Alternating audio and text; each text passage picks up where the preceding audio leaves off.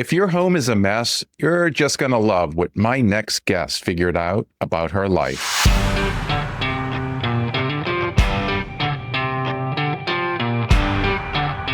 Today, it's my pleasure to welcome Christy Linn. Christy clocked out a couple of times, but it wasn't because she had some big, bold plan or some big entrepreneurial dream. She clocked out because something quietly just stopped working. This wasn't due to burnout. It was because of what she defined as death by small paper cuts. Her story is a reminder that career change just doesn't happen overnight. It happens in what she refers to as seasons. In her journey, the final season started with a Marie Kondo book gifted by her husband, which ultimately changed her life. This isn't a story about quitting your job. It's about reclaiming your time. It's about redesigning your life with intention and choosing freedom, even when the next step feels uncomfortable. And fair warning here, if your home is a mess like mine, you're probably going to see your life a little bit differently after this conversation. So without further ado, please enjoy this conversation with Christy Linn and her clocking out journey. Christy, welcome to the podcast. It's nice to see you. Thanks for having me. It's good to see you too. Yeah, likewise. Christy, this conversation for me is so close to home because you and I met through a mutual friend. She is a hockey mom of my son's hockey team and your best friend. Yes. And when I was sharing the podcast with our mutual friend, Colin, and sort of described some of the stories, she automatically was like, oh my gosh, you have to meet Christy Linn. She's my best friend. And she has an amazing clocking out story. And when she shared with me sort of the highlights, I was like, I have to meet her and hear her story herself. And so here we are. I'm so grateful that you carved out this time. And yeah, I'm really looking forward to sharing your story with our listeners and kind of learning about what you're doing today. Well, I'm excited to share my story. It's been a journey for sure. And I really am happy where I am now, and I'm looking forward to where this company is going to go. Yeah, and I think the most interesting thing is the pathway to getting there. And so let's start from the beginning. Tell us, where are you from? Where'd you grow up? I grew up north of Baltimore. Lived with my parents, and I have a younger sister. When I was young, I did all the activities: Girl Scouts, sports, marching band. My whole family is in the Baltimore area, so I grew up seeing my grandparents every weekend. I had a lot of cousins who were older, so my sister and I were fortunate. We never had a babysitter.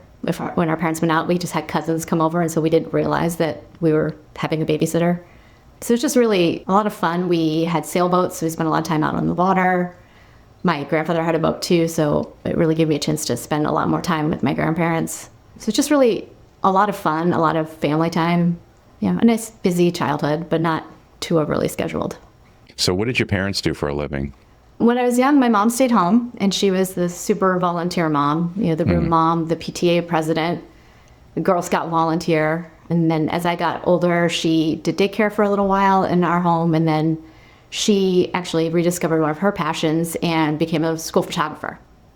And my dad was an accountant, CPA, so he owned a roofing company for a little while when I was very young, and then got back into accounting.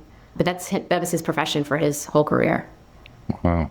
Are they both retired now? They are, yes. So when you were a young girl, what did you want to be when you grew up? Oh, I wanted to be a lawyer. I decided that in 9th grade. I took a U.S. government class, really got excited about how the government worked. I was really good at reading and writing and arguing.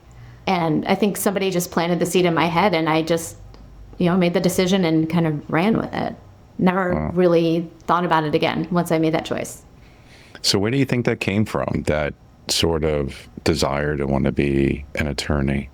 I think it was, the fact that it came naturally to me. I really liked, reading and digesting what was in the content, and I liked writing. And, there was a mock trial team in my high school. I joined the mock trial team, and I really had a lot of fun with that. And that really, I think, just confirmed my decision. The legal field is very scholarly, and it was kind of, in my head, it seemed like a natural extension of school. And I was good at school and I liked school. And so in my head, it made sense. And so once I made that decision in ninth grade, I never thought about what other career options were out there and what else I might enjoy doing that was different than law. So I wonder, when you were younger, were you influenced at all by your parents and that question that you get when you're a kid of what do you want to be when you grow up, or from others? 100%. My dad, like I said, he was an accountant. So after he graduated from high school, he went to an accounting school in Baltimore. And then after he started, that school was purchased by the University of Baltimore. So he went to school to learn how to be an accountant, study accounting so that he could be an accountant. And that was the model I knew, and that was the model he was familiar with. So it made a lot of sense that I would go to college. I would study political science because that's what pre-law students did. And then I would go to law school to learn law so that I could study law. So it was kind of like a trade school kind of approach where you go and you study the thing you're going to do and then you go do that thing. So how did your mom feel about that? She was supportive of it. I don't think we really ever had conversations about that. It was just, okay, this is what you're going to do. And she was behind it. I don't think we really talked about it. My dad was really more of a driver in terms of college and career, and he was the one I had those conversations with. Yeah. So tell me about your college experience, and what did you learn about yourself throughout college in terms of how you were going to apply your degree to the real world? So I went in, I think I'm one of the rare people who declared a major upon entering and then graduated with that major. I never changed. I did add a second major in history just because I liked it, and I liked taking history courses because I liked the reading and the writing and the thinking and the discussions. I think I learned that those are my strengths, but I didn't really think about how I was going to apply them because I was going to go to law school. That was the plan, and that was the plan until I got back from my study abroad program. I studied abroad my junior year. I came back, and I still don't understand why, but I just decided, no, that's not what I want to do. But I didn't have a backup plan because I was going to go to college and study political science. So I was pre-law, and then I was going to go to law school, and then I was going to be a lawyer. So there wasn't another option, right? I was kind of stuck. And, like I said, my dad is the one who I had all the conversations with, and he followed a very similar path in his journey to becoming an accountant. And so he didn't understand what I was going to do if I graduated Syracuse with a liberal arts degree. That's the end. You're unemployable. He was frustrated because we had spent all this money and all this effort to send me to Syracuse, and I was, not going to be able to get a job after college. He was not thrilled when he found out I declared a second major in history because in his mind, history majors were going to be history teachers, and he didn't want to spend all this money to send me to private school so I could be a history teacher. Why didn't I come home and go to Towson? So there was a lot of tension around this time, and he was so frustrated and I think scared for me about my future employability that he offered to pay for a master's in history so that I could then, if I had a master's degree, then I could be employable and have a career. So that was a tough summer. I had an apartment up in Syracuse, so I stayed in Syracuse that summer. I chose to not go home and get to have those conversations on a daily basis, so I hid. And then when my senior year started, I realized I needed to find a job, and there's on-campus recruiting, and I knew that some policy studies and poli-sci majors were able to get jobs in the consulting field. So I applied with Anderson Consulting at the time. They began Accenture. And through the on-campus recruiting, I was lucky enough, I secured a job offer before graduation. And that process really kind of repaired the relationship between my dad and I, because he realized, oh, wait, maybe studying liberal arts isn't a dead end career-wise. Those skills can be applied in a variety of fields. It's not just a single track like we had planned.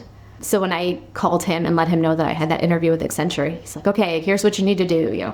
Take my credit card, go to the mall, get your hair done, buy some interview clothes, make sure you get good shoes. Nice shoes are important. Don't get cheap shoes.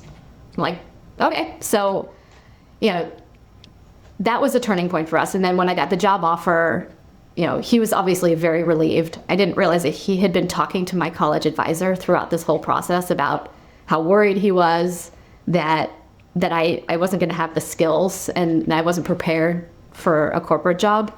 But I think, in the end, his fears were unfounded, right? I made it, I found a job, but it was just a different path than I had planned. Mm. Wow, Christy, I appreciate you sharing that and being vulnerable. That is so interesting. That I think that's so relatable to, I think, people who are parents and also have gone through that experience where, your parents sort of have this, they want to be in the driver's seat. They don't even want to be in the passenger seat. They want to be in the driver's seat right next to you and make the decisions around the choices, these important choices that impact your life long term. And I just feel that tension that you just described.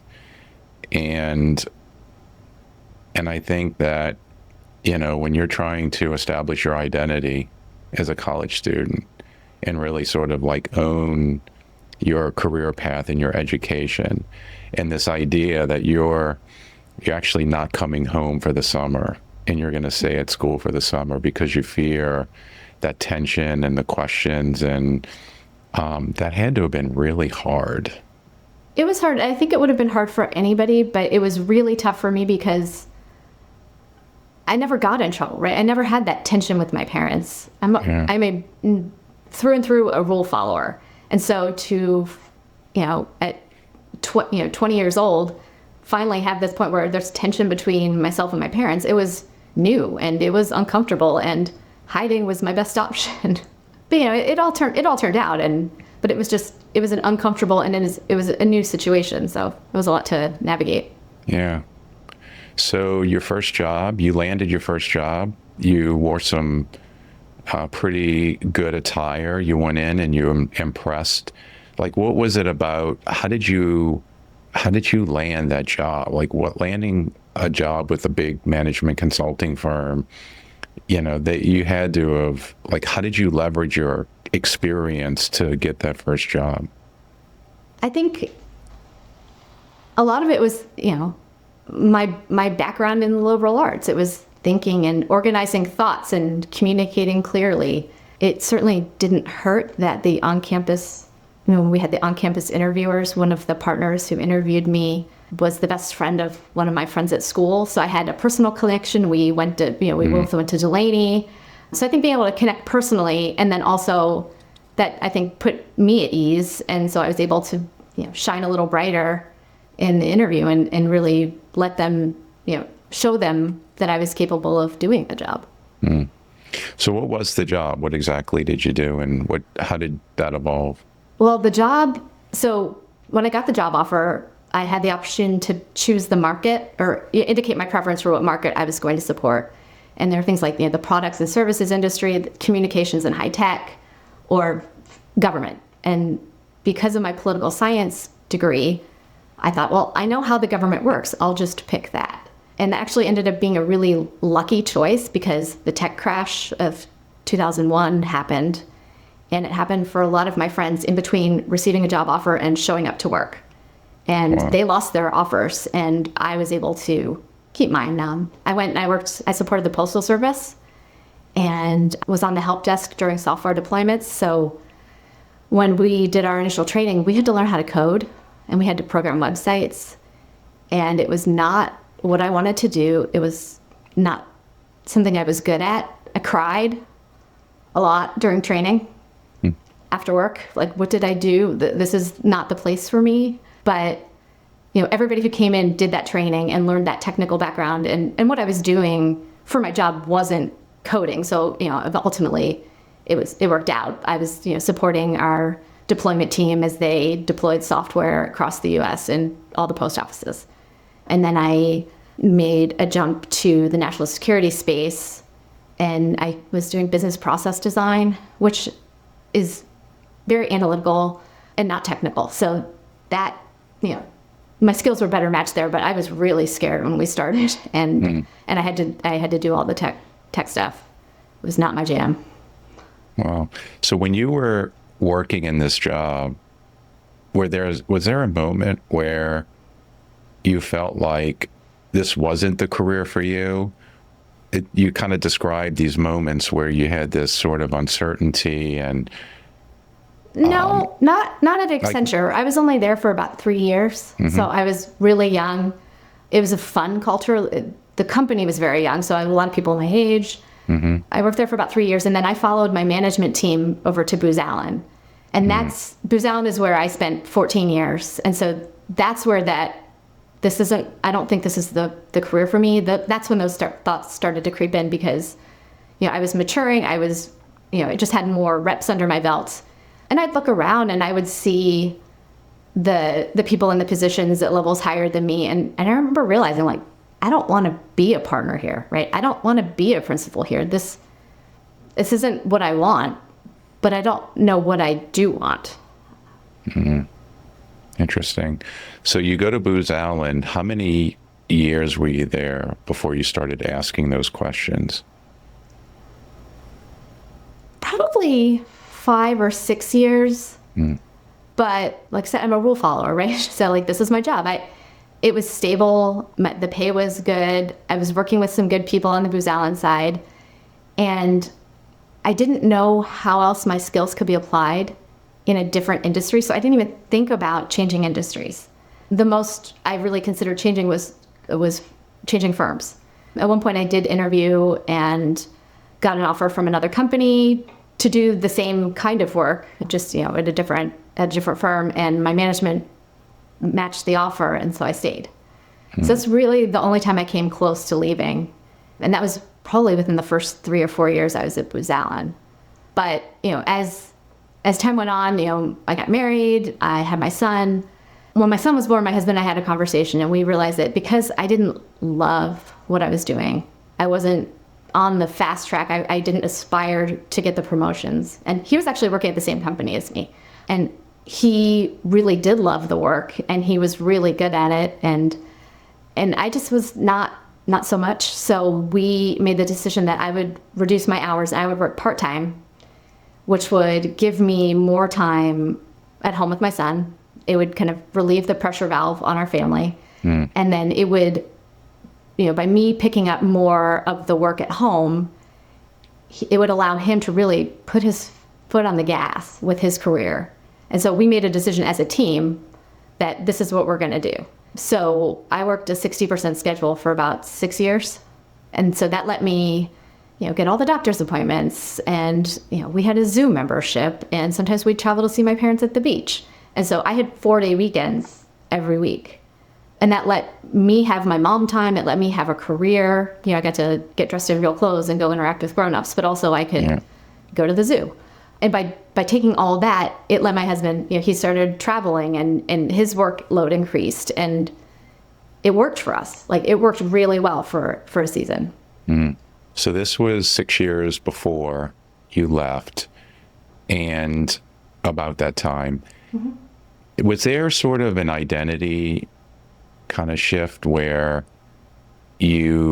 working 60% of the time at the company isn't 100% of the time. And so you're there, you're getting that opportunity to interact with adults as you describe.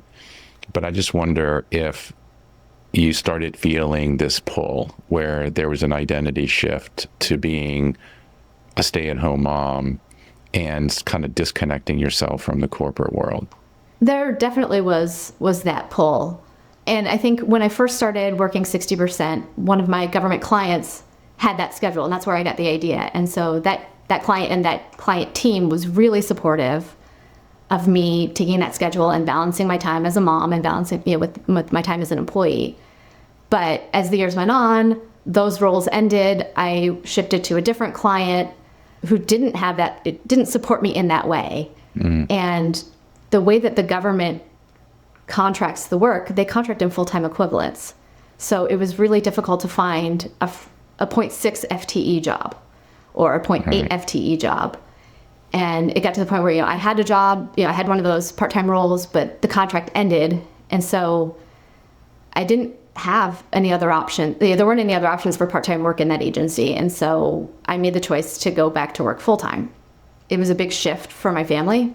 And I was working a job that I already knew I didn't want promotions. I didn't want to have a long career there, but I didn't have a good enough reason to leave. And I think working full-time for a year, even though I was working on a great team and we were having a lot of fun, it wasn't what I wanted to do. And in that position, it was like there wasn't one thing that said like, okay, that's it, I'm out. It was almost like paper cuts, right? So I had I didn't love the full-time schedule.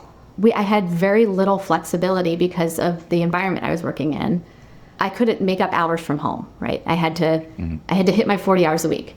I had to be at my desk. We couldn't have our cell phones with us. We had very little internet access. So I was in a bubble. There were times when school would call and I would be in meetings. And so I was really unreachable. There was one time my son was in summer camp about 5 minutes away from my office, and I dropped him and his lunch off that day, and they couldn't find the lunch. And so they called me, but I was in meetings. And so they ended up calling my husband, who had to drive across town, pick up food, take it to him. When the lunch was there, if they had only been able to contact me, I could have reminded them what they did with it. And so it's like the little things like that were just frustrating, that I couldn't do my mom job at work because there was this barrier, this communication barrier that prevented it. And then, there was the financial side. We kind of looked at what was going on with our team at home, and I didn't love what I was doing, and it was getting harder, and I never had vacation time because I spent it all on snow days and 2-hour delays and sick kids and doctor's appointments. And we finally hit the point where we think like this can work. I can step away and I can dedicate all of my time to being a mom, and my husband can, focus 100% on his career. And that finally let me step away because I didn't know what other career options were out there. Like I didn't know what to do next. And so the choice I made was just to leave. It wasn't to go somewhere else. It was to just stop being an employee and just be a mom and a wife and a person.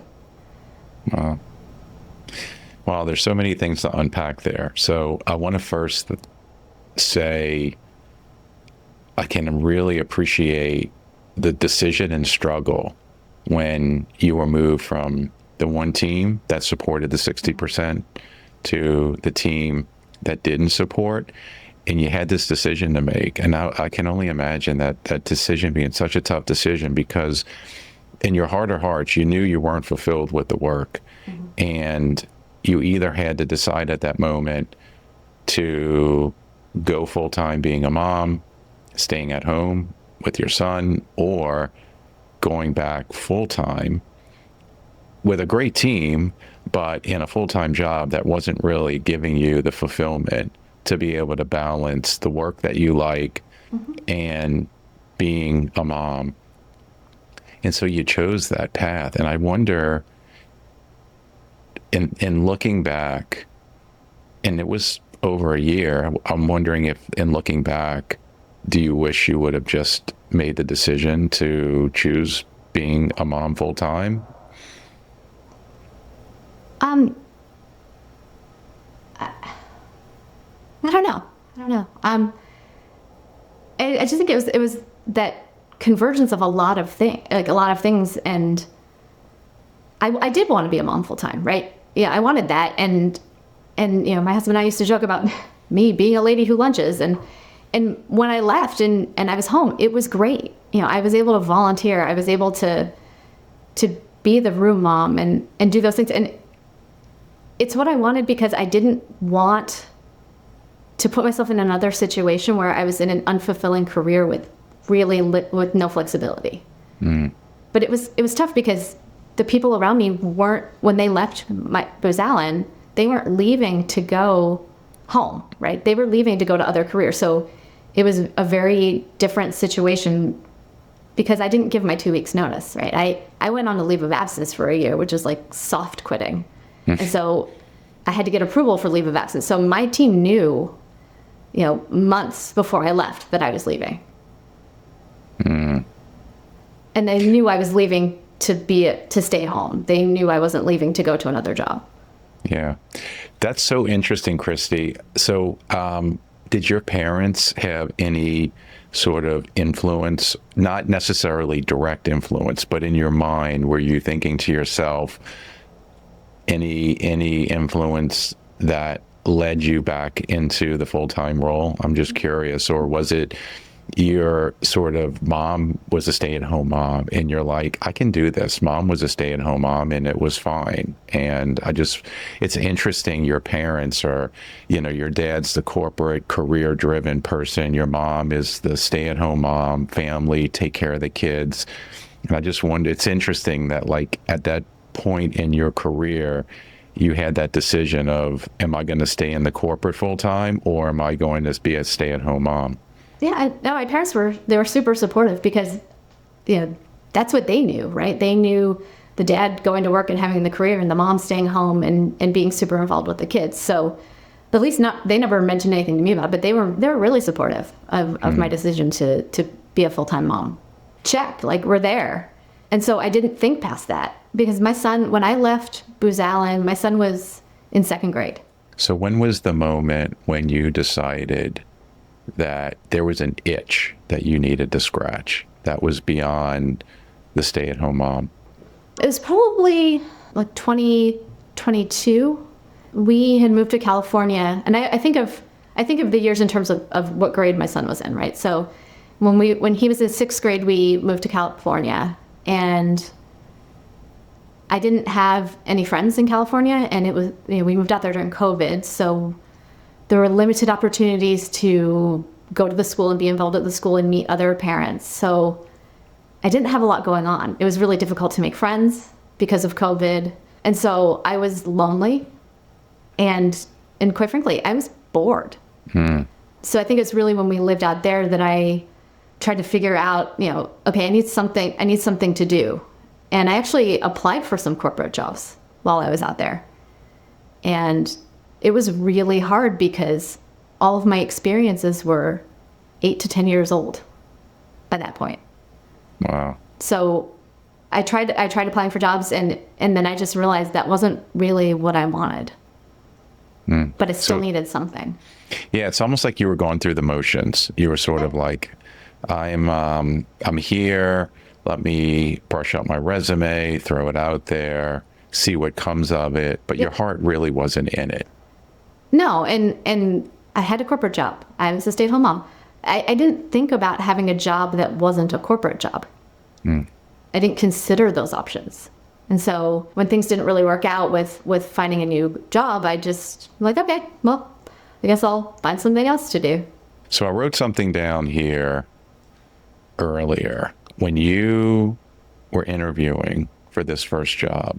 And I asked the question, I was like, what was it about your experience and how you showed up for that interview as a fresh college student? And you made this comment about organizing your thoughts. And it was sort of how you organize your thoughts and in a way that ultimately landed the job. And I wrote this word organized down because I know it plays forward with what you do today. And I just wonder, when was the moment when that sort of organization started to take shape and it impacted this new interest? So I've always been interested in organizing. And we talked about this when you and I spoke before, but in 2016, Marie Kondo wrote a book called The Life-Changing Magic of Tidying Up. And I didn't know that the book was published until my husband came to me one day and he said, I have a gift for you. And I want you to know that this is not a criticism of your housekeeping or me telling you what you should be doing around the house, but I found this book and I think you'd really find it interesting. And so I read the book and immediately we're like, okay, we gotta declutter. Like we gotta get rid of this stuff. We've got too many things. And so we did some of that. And then, I find like organizing things, putting order, getting rid of the excess so that you can get to the good stuff. It's very satisfying and it lightens you. Like you feel better, you feel lighter, your mind is clear. I think there are a lot of psychological benefits to decluttering and organizing. And so I remember during COVID, I would, because we were all trapped at home, I remember cleaning out my pantry and sending pictures to my best friend, right? And then she'd clean out her pantry and send pictures back. So it's something I was interested in and did, but I never really thought about it until we made that move to California. And we moved out there for my husband's job, and as part of the relocation package, we had 5 professional organizers show up at our house when the moving truck came. And within 2 days, they had unpacked and put everything away in my entire house and removed all of the boxes. And you would talk about life-changing magic. We had moved 3,000 miles away on 6 weeks' notice. Mm-hmm. And having other people unpack my home so I had the time to focus on my son and my family and figure out how to get us settled as humans in this new place. It was magical. And that's when I realized, like, hey, wait, this is a job. Like, these people are all getting paid to be here and unpack my things. And this is something I would be good at, and I want to do this. Mm-hmm. But it took me a year to reach back out to that company and see if they were hiring. So it took some time. Wow. So I want to come back to that, but I'm just curious, where did your husband get this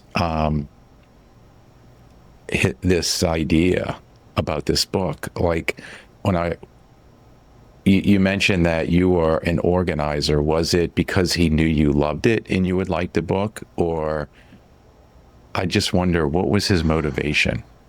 I don't know. I mean, like, thinking back to 2016, he might have seen it on Amazon or maybe on Reddit. He seems to know everything, a little bit about everything. So I don't know how he found it. But I think he saw that it was an interest of mine, even though I didn't maybe realize that it was an interest of mine. Mm. And I think it truly was hey, I think you might find this interesting. Wow. And so I don't know if it was anything more than that. He's a gift giver. And when he finds something that he thinks somebody in his life would appreciate, he buys the gift. And so I think that it could have been as simple as that, but I never really asked her. Wow. Yeah, it was a gift. And it sounds like it took time for you to sort of connect with this idea that this could be a career. It took a year for you to reach out to the company, and it sounds like you did. Yeah, and it took a long time for me to realize that it's really what I wanted to do, and it took even longer to say it out loud. It took a lot of courage, and it feels weird saying, I had to be brave, but I had followed a path. I graduated high school, I went to college, I had a corporate job, I was a stay-at-home mom. I didn't ever consider myself having a non-corporate career. And, when I worked at Booz Allen, I wore suits and heels, and organizers do physical labor. And so it's a career type that never occurred to me. Mm-hmm. And so that was a big shift. I have to point something out here, and I just want you to tell me if this resonates. I think it's interesting, this idea of you sort of leaning into this new identity that you feel like you're being called to become. And it sounds like there was a little hesitation to sort of name this new pathway that you were going to go in.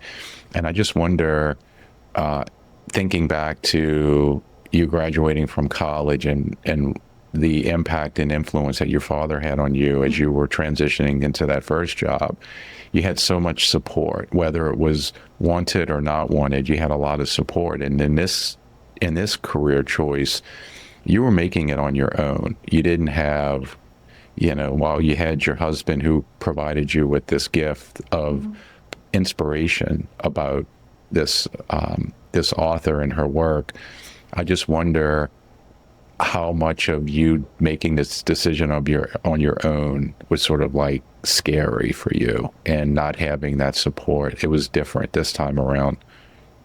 It was scary, and I did have support. And I think when I started working for the company, the organizing company, I wasn't thinking about it as a career. I was thinking about it as a, hey, I need something to do. I need to fill my hours with something for me.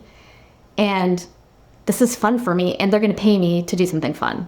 And so I didn't think of it as anything beyond that until we were looking to move back to Virginia. And I was thinking, well, maybe I can start my own company. I'd listened to some podcasts and had gotten connected with, I took a course about starting an organizing company. And so the first part was like, being brave and saying, hey, I think I want to get a part-time job and go unpack people's houses. And then the second piece was saying, I think I want to build my own company, because I was worried that if I went to work for somebody else, I would get stuck in the same handcuffs I had when I had my corporate job, where somebody else was telling me when I needed to be at work and when I could take off. And I didn't want to have to account for my time to people. And I wanted the flexibility to have that time off when I wanted it and to work when I was choosing. So taking that second step and saying, I'm gonna start a business. That was also scary because I didn't know anything about business. Wow. Yeah, kudos to you for, I think a lot of people do take that first step where if there's something you're interested in and you think you're going to like, working for a company just to experience it, I think is a really good approach to it.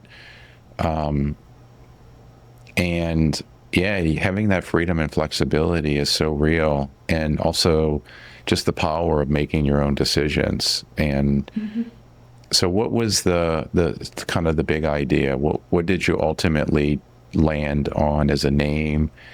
And tell me a little bit more about the business itself. Sure. Well, so my company's name is Second Nature Home Organizing. And I chose that name because when something is easy and it makes sense to you, you don't have to think about it. And in our homes, the things you think about are the things, your friction points, the things that are irritating, they're frustrating, they're annoying. You can't find something. Like, how many times do you wake up in the morning and think about where you keep your toothbrush and toothpaste? Probably 0 times, because you've put it in a place that makes sense to you. You use it every day, and it's always there when you go to reach for it. And that's what I want in my home, right? That's what I'm moving things around. I'm reorganizing things. I'm trying to find that system that is going to work without us having to think about it. And that's what I want to bring to my clients.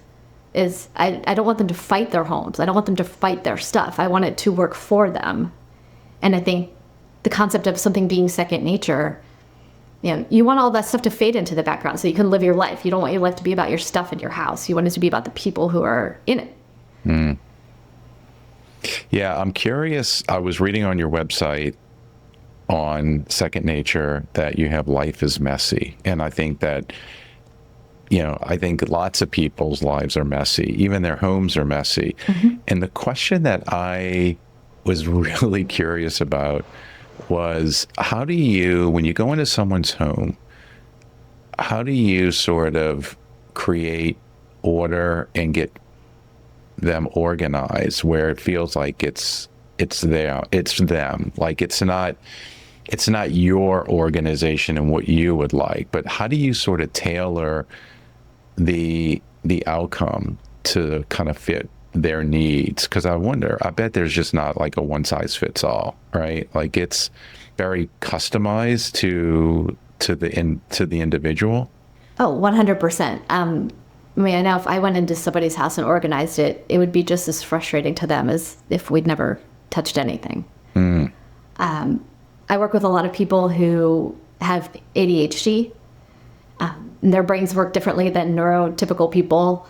And so I like to learn how people use their homes and how they use their things and how they think.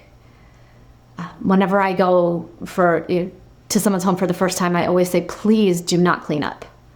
I want to see your house in its natural state. I want to see the mess, because the mess has clues. it tells me how you're living. And it's my job to come in and help shape the environment to support how the people are living, not change the people to support a clean home, right? It's about changing, it's about making things work easier for the people and not asking people to change themselves. So if I walk into a home and there are things piled up on the countertops, that tells me that these things don't have homes, right? But these are the things that people are using every day because they're the things that are out. So we have to figure out, where can these things be stored, or what's in the way of them going somewhere else. And so it's really a lot of detective work. One of my clients had a company come in and unpack her when she moved into her home, and she never liked where they put things. And so she just stopped using the drawers in the closet. She would just put things on the floor in piles because she didn't like where they were, but didn't know where she wanted them to go, so it just stopped there. So we recently went in and, we took everything out of all of the drawers and started from scratch. And I think sometimes people are intimidated to do that themselves, and they need permission to do it. Like, you're the boss. This is your house. You get to tell your stuff where it lives. And we walked through every category of clothing. Where would this make sense to you? And it doesn't matter what I think, because I'm not the one getting dressed in that closet. So if somebody wants, short sleeve shirts and leggings in one drawer, that's fine. If they're going to go looking for those things in those places, then that's all that matters. It doesn't matter what I think or where I would put things. Well, so I am, like, as you're talking, I'm thinking about all the things in my house that are messy, and where clothes are piling up, where bills are being put on the counter. And it's so funny because I think when it's just human nature for you to want to clean up before someone comes over. And I love this idea of how you say, leave it messy because it tells a story. And I think that's so cool. And it's fun to make a small tweak and have it make an impact on somebody. Yeah.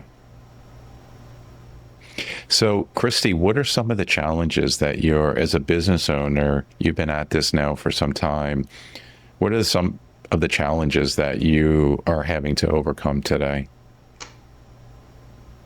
Well, I think one of the challenges is, I have a lot of challenges related to learning how to run a business, because I've never had to use QuickBooks or build a website or do marketing.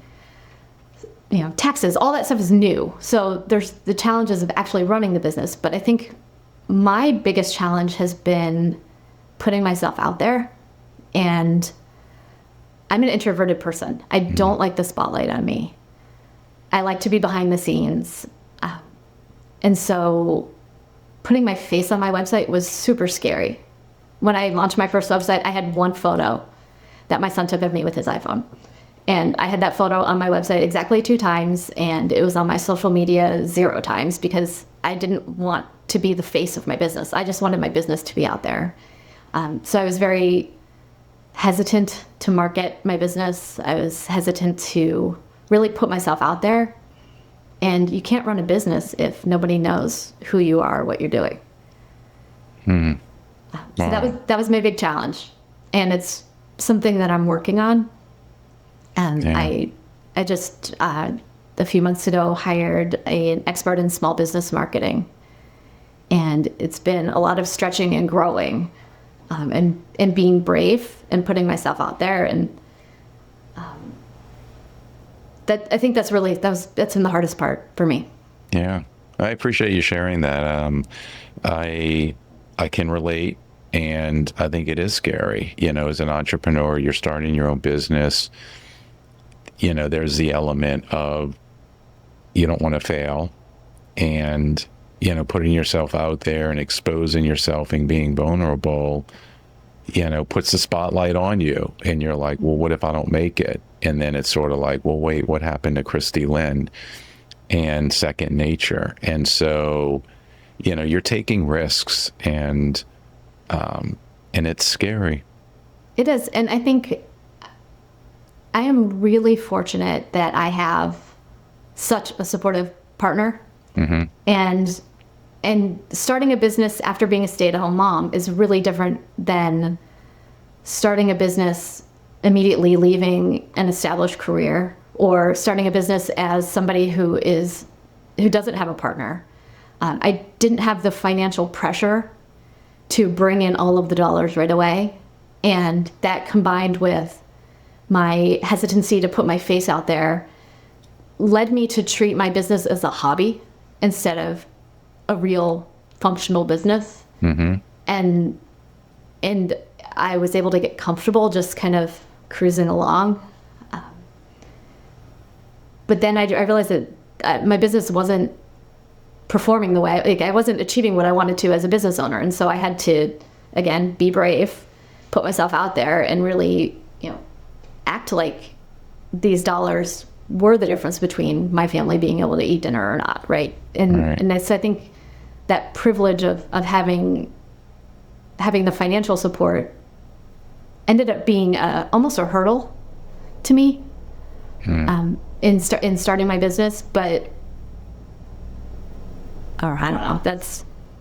Yeah, that makes a ton of sense. I appreciate you sharing that. I mean, it is a reality, and it sounds like you really dug in to really drive and sort of set a goal, a stretch goal that was outside of your comfort zone, but you almost had to disassociate yourself from your current situation. And when you think back, you really had two clocking out moments. Mm-hmm. Your first clocking out moment was leaving corporate to be a stay-at-home mom, and then your second was pivoting from being a stay-at-home mom to pursuing this passion of organizing people's homes and creating organization through messiness. And I wonder, what life lessons have you learned throughout that journey? And you may be still learning. I think the big one that I've learned is decisions don't have to be permanent, and you can make a choice that is best for you in the season you're in. And then when that decision doesn't support your next season, you can change your mind again. And I think that approach, or that viewpoint, is really carried me through, all the way from when I first had my son, and I decided to step away from full-time work to move to part-time work, because that's what was best for my family in that season. And then when I couldn't find that fulfilling work in a part-time role, the best choice for my family in that season was to go back full-time. And then the best choice for me, the next season, it's let's commit to staying at home full-time. And it was always like, what's the best choice right now? Because I can always make another choice later when my circumstances change, or that when that decision is no longer serving me. Mm. I love that. I love the power of choice. It drives everything we do. Yes. We wake up every day and we have the choice to continue on, or we have the choice to pivot. And the hard part is, just trusting that the choices that you make, the ones that are uncomfortable, will lead to growth. And I think that's so relatable to people who are in a place where they're sort of contemplating their current situation. And if it's uncomfortable and they're not being fulfilled, you can make a choice to make a change. And so really appreciate that. I think we talk a lot about at home about one-way doors and two-way doors. And there are some decisions that are one-way doors where you make a decision and you can't undo it, or you can't change after that. But so many more of the options that we have out there are two-way doors, where if you try something and it's not the right thing, or it's not the right thing forever, you can always choose something else. And, right now, the right choice for me is to have my organizing business, and I'm a solo organizer, and that's working for now. But at some point, maybe I want a bigger team, or I want to pivot and try something different, and that's fine. But I don't have to have that all mapped out right now, because I'm making the best choice for me and my family in this season. All right. Yeah. So you said two things that first time I'm hearing this. So the idea of a season sort of being the current, the state. And I love how you talked about paper cuts. I wrote that down as well. I never heard of that used in terms of how working in the job that's not fulfilling, it's a series of paper cuts that are a build up to a point where you want to make a choice to make a change. And so, Christy, I really appreciate our conversation today. I think it's so relatable. I'm going to share your website and your information in our show notes so people will be able to find you. And yeah, any last thoughts? No, thank you for having me. It's been really special to look back and think about why I made all the choices, because you're making the decisions one decision at a time, but looking back all the way back to ninth grade when I decided I was going to be a lawyer, and I would have never imagined that I'd be sitting here in this chair today, as a professional organizer and being on a podcast. Like it's really cool to look back, and I appreciate the opportunity to go on this journey. So I have to ask in closing, as a young girl, was your bedroom always organized? Oh my God, no.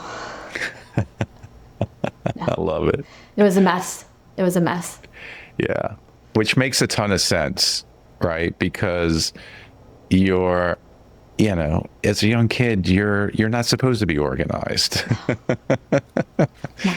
And I mean, I wasn't even that organized when I met my husband. I love it. But people can change. Yeah. Well, you're only a few hours from me, and so I know how to get in touch with you now, and Absolutely. may have to have you come and organize my home, because it does get messy. I'd be happy to. That's great. Well, Christy, thank you so much, and thanks everyone for listening. Until next time. Hello, everyone. It's Raymond again here. I want to take a moment to say a special thanks to our sponsor, Career Minds. They're a global provider of career transition and career development solutions. And if you'd like to hear more on Clocking Out, we'd love for you to take a second and click follow of your favorite podcast app. And while you're there, leave us a rating or review. It really helps new listeners find the show. You can also watch the full episode on YouTube. Just search Clocking Out with Raymond Lee and hit subscribe. And if you're listening on Spotify, don't forget to check out our episode polls or just drop us a comment. We'd love to hear your thoughts. Finally, if you or someone you know has a story to share about navigating change, taking a risk, or rethinking your career, we want to hear from you.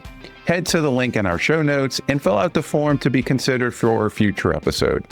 Until next time, remember, if you're just sitting there thinking that you're stuck or you're unsure of your career or future and you think it's time for a change, I would encourage yourself to ask these three questions. Does my career or work make me feel alive? Am I doing the things that genuinely matter to me most? Am I creating value for myself and for others? Until next time.